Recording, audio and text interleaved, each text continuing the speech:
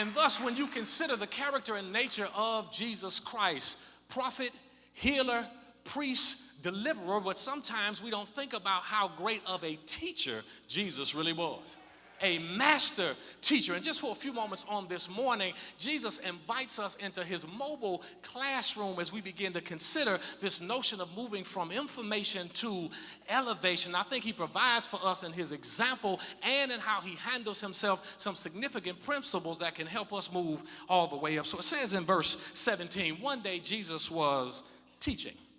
And the Pharisees and the teachers of the law were sitting there. Initially, if we're going to continue to move all the way up and move from information to elevation, we have to realize, one, that great teachers and teaching change the atmosphere and draw attention. It says not only was he teaching, the individuals came from Judea, they came from Jerusalem, and they came from all around. And so what Jesus is going through is obviously what teachers go through all of the time. I went up to a school the other day looking for a teacher, and they said that teacher was being observed. Ultimately, obviously to see if they're meeting the requirements in the classroom, if they're engaging, if they're doing that, obviously keeping up with the standards of Metro, but also keeping up with the standards of that particular school. And Jesus is being observed, though, by those who are what? Keepers of the law. Those who want to nitpick, those who want to make sure that he has the practice right, but are not really necessarily concerned if people are really being transformed. Because sometimes folk just want to observe so they can find reason to find fault. Sometimes folks want to observe, again, so that they can learn and grow. But then other times folk want to find reasons to ultimately put you in a position where it ultimately could be detrimental not only to your present reality, but to your future reality. And no matter what you think of Cornel West, what people tend to forget about, when Cornel West was a professor at Harvard, his classes got so big. I'm just talking about pedagogy that excites. His classes got so big they could no longer hold the classes at Harvard. They had to hold them at a church because so many people filled up the classroom based upon the nature of his unique and creative way of delivering information. But more importantly, not only does great teaching draw attention, but great teaching and learning can take place anywhere. Understand, again, Jesus ain't in the synagogue. Jesus is at somebody's crib. He at somebody's house still engaging in teaching. And of course, what I've been talking about lately is when you really think about what happened in the Karate Kid. Both of them. The first one and the second one. Y'all remember the first one when Daniel's son came to Mr. Miyagi. And Danielson comes to Mr. Miyagi. Why? Because Daniel is being bullied. So Daniel comes to Mr. Miyagi. Why? I want to learn how to fight. I want to learn how to defend myself. And what does Mr. Miyagi do? Mr. Miyagi makes Daniel wash the cup. Mr. Miyagi makes Daniel sand the floor. Mr. Miyagi makes Daniel paint the fence. Y'all remember then when Daniel, ultimately, Mr. Miyagi about to go out and kick it one night, and Danielson then washed all the cars. He done built the fence. He done painted the fence. He come up to Mr. Miyagi, and obviously he got an issue. He got something he want to settle with Mr. Miyagi. He says, Mr. Miyagi, I came to you looking for you to teach me how to fight. All you done had me do is ultimately build you a kingdom around here. I'm ready to dip. And y'all remember Mr. Miyagi calls him out, Danielson. Calls him to the square. Then he begins to again ask Danielson, now show me what I had you doing. So he begins to throw punches and says, show me sand the floor.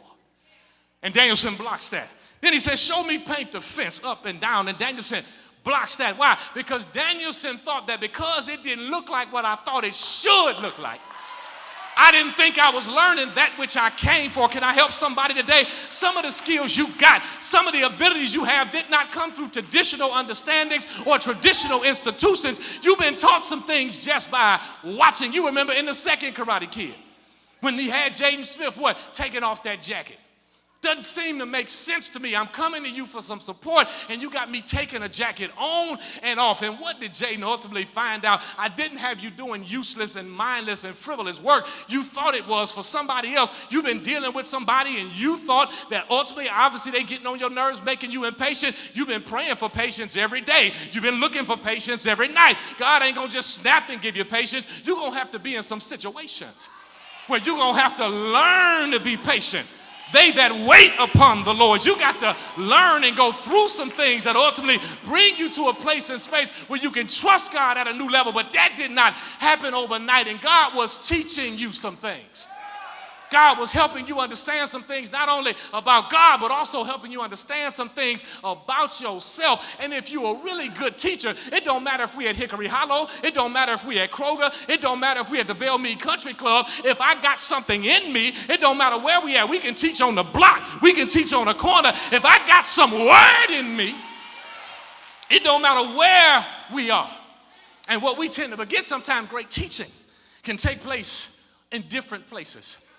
One of the things that's been one of the most significant teaching tools for me, besides reading the word and besides going to college and reading academic pieces, is hip-hop has helped expand my vocabulary and my literacy skills more than anything else, to a great degree. So when Lauryn Hill makes the Miseducation of Lauryn Hill, which is based on Carter G. Woodson's The Miseducation of the Negro, and those of us who know and love the album, one of the greatest albums ever created, not just one of the greatest hip-hop albums, it's one of the greatest albums ever created. So Lauryn did, as KRS-One said, that golden era of hip-hop, she engaged in edutainment. Okay, I learned the word reciprocity from listening to somebody talk to me, the Miseducation of, I had never heard that word before. Once I heard Lauryn drop that, I had to go grab a dictionary and look up what she was talking about. Lauryn, it's funny how money changed the situation. Miscommunication lead to complication. I was on the humble, you on every station. You may win some, but you just lost one. And the significance about the Miseducation of Lauryn Hill is that when you listen to the album is about young people as they are understanding their education, and each song is a skit with young people talking in the classroom, because while Lauryn is trying to make sure that she corrects the miseducation that continues to happen in our country.